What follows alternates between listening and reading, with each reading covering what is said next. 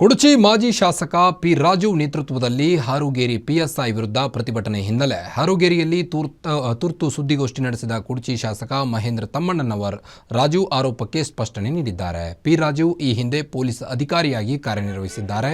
Police ಅಧಿಕಾರಿಗಳ ಇತಿಮಿತಿಗಳ ಬಗ್ಗೆ ಅವರಿಗೆ ಚೆನ್ನಾಗಿಯೇ ಅರಿವಿದೆ. ಹಾರುಗೇರಿ ಪಿಎಸ್ಐ ಅವರಿಂದ ಏನಾದರೂ ಅನ್ಯಾಯವಾಗಿದ್ದರೆ ಅದರ ಕುರಿತಂತೆ ಮೇಲಾಧಿಕಾರಿಗಳ ಗಮನಕ್ಕೆ ತಂದು ಅವರ ಮೇಲೆ ಕಾನೂನು ಕ್ರಮ ಜರುಗಿಸಬಹುದಾಗಿತ್ತು. ಆದರೆ ಪಿ ರಾಜು ಪೊಲೀಸರ ವಿರುದ್ಧ ಪ್ರತಿಭಟನೆಗೆ ಸಾರ್ವಜನಿಕರಿಗೆ ಕರೆ ನೀಡಿದ್ರು. ಪ್ರತಿಭಟನೆಯಲ್ಲಿ 100ಕ್ಕಿಂತ ಕಡಿಮೆ ಜನ ಭಾಗಿಯಾಗಿದ್ರು.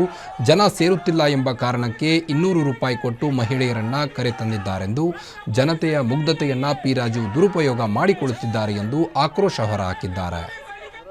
ಮಾನಸಿಕ ಒಂದು ಕ್ಲಾರಿಟಿ ಅದಕ್ಕೆ ಹೇಳೋದು ನಾನು ಅವ್ರ ಮೆಂಟಲಿ ಯಾಕೋ ಸ್ವಲ್ಪ ನನಗನ್ನಿಸಿದ ಮಟ್ಟಿಗೆ ನಾನು ನಿನ್ನ ವಿಡಿಯೋ ನೋಡಬೇಕಾದ್ರೆ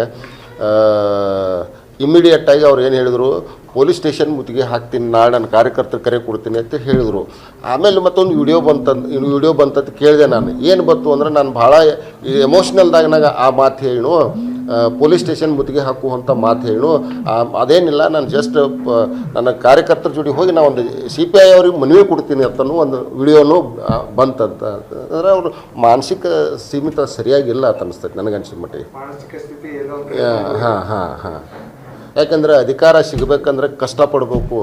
ಕಷ್ಟಪಡ್ಲಾರ್ದ ಅಧಿಕಾರ ಸಿಕ್ಕೈತಿ. ಈಗ ಅದು ಅಧಿಕಾರ ಹೋಗಿಬಿಟ್ಟೈತಿ. ಈಗ ಸಿಗಬೇಕಂತಂದ್ರೆ ಈಗ ಒಂದು ಸ್ವಲ್ಪ ಪ್ರಾಬ್ಲಮ್ ಆಗತ್ತೈತಿ. ಯಾಕೆ ಪ್ರಾಬ್ಲಮ್ ಆಗತ್ತೈತಿ ಅಂತಂದ್ರೆ ಹಿಂದಿದ್ದು ಇವತ್ತು ನಾನು ನಿಮಗೆ ಮೊದಲನೇ ಫಸ್ಟ್ವಾಗಿ ಹೇಳಿದೆ. ನಾನು ಇವತ್ತು ಅವ್ರಿಗೊಂದು 100 ಜನ ಸೇರಿಸ್ಬೇಕಂದ್ರೂ ಭಾಳ ಪ್ರಾಬ್ಲಮ್ ಇಲ್ಲಿ ಆಗೋದಲ್ಲಿದೆ. ಯಾಕೆ ಆಗೋದಲ್ಲ ಅನ್ನೋದು ನನಗೆ ಗೊತ್ತೈತಿ. ಇವತ್ತು ಅವ್ರು ಜನ ಸೇರ್ಲಾರ್ದಕ್ಕಾಗಿ ಯಾರೋ ಒಂದು ಸಮಾಜದ ಹೆಣ್ಮಕ್ಳನ್ನ 200 ರೂಪಾಯಿ ಕೊಟ್ಟು ತೊಗೊಂಡು ಬಂದಾರಂತೇಳಿ ನನಗೆ ಕಿವಿಗೆ ಬಿತ್ತು. ಆಮೇಲೆ ಇದು ನಿಜ.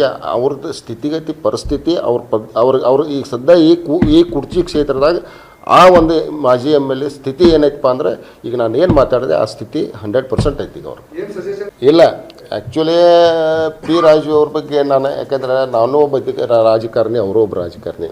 ಯಾಕಂದ್ರೆ ನಾನು ಯಾವತ್ತಿಗೂ ಯಾರ ಬಗ್ಗೆನೂ ಕೆಟ್ಟದಾಗಿ ಮಾತಾಡೋಂಗಿಲ್ಲ. ಬಟ್ ಅವಕಾಶ ಏನು ಮಾಡೋಕ್ಕಾಗಲ್ಲ. ಇಂಥದ್ದು ಯಾಕೆ ಹೇಳಿಕೆ ಕೊಡೋದಕ್ಕೆ ಭಾಳ ಒಳ್ಳೆ ಅಸೆಂಬ್ಲಿ ಒಳಗೂ ಒಳ್ಳೆ ಥರ ಮಾತಾಡ್ತಿದ್ರು. ಯಾಕೋ ಇತ್ತಿತ್ಲಾಗ ಒಂದು ಸ್ವಲ್ಪ ಬೇರೆ ಮಾತಾಡತ್ತಾರು. ಅದಕ್ಕೆ ಒಂದು ಸ್ವಲ್ಪ ಸ್ಲೋ ಆಗಿರ್ರಿ. ಭಾಳ ಇದ್ರೊಳಗೆ ಎಮೋಷ್ನಲ್ದಾಗ ಏನೋ ಒಂದು ಡಿಸಿಷನ್ ತೊಗೊಳಕ್ಕೆ ಹೋಗ್ಬೇಡ್ರಿ. ಮತ್ತು ನೀವು ಮೂಲತಃ ಒಂದು ಇಲಾಖೆ, ಯಾಕಂದರೆ ಪೊಲೀಸ್ ಇಲಾಖೆ ಅಂತಂದರೆ ಭಾಳ ಮಹತ್ವದ ಇಲಾಖೆ. ಯಾಕಂದರೆ ಜನರನ್ನು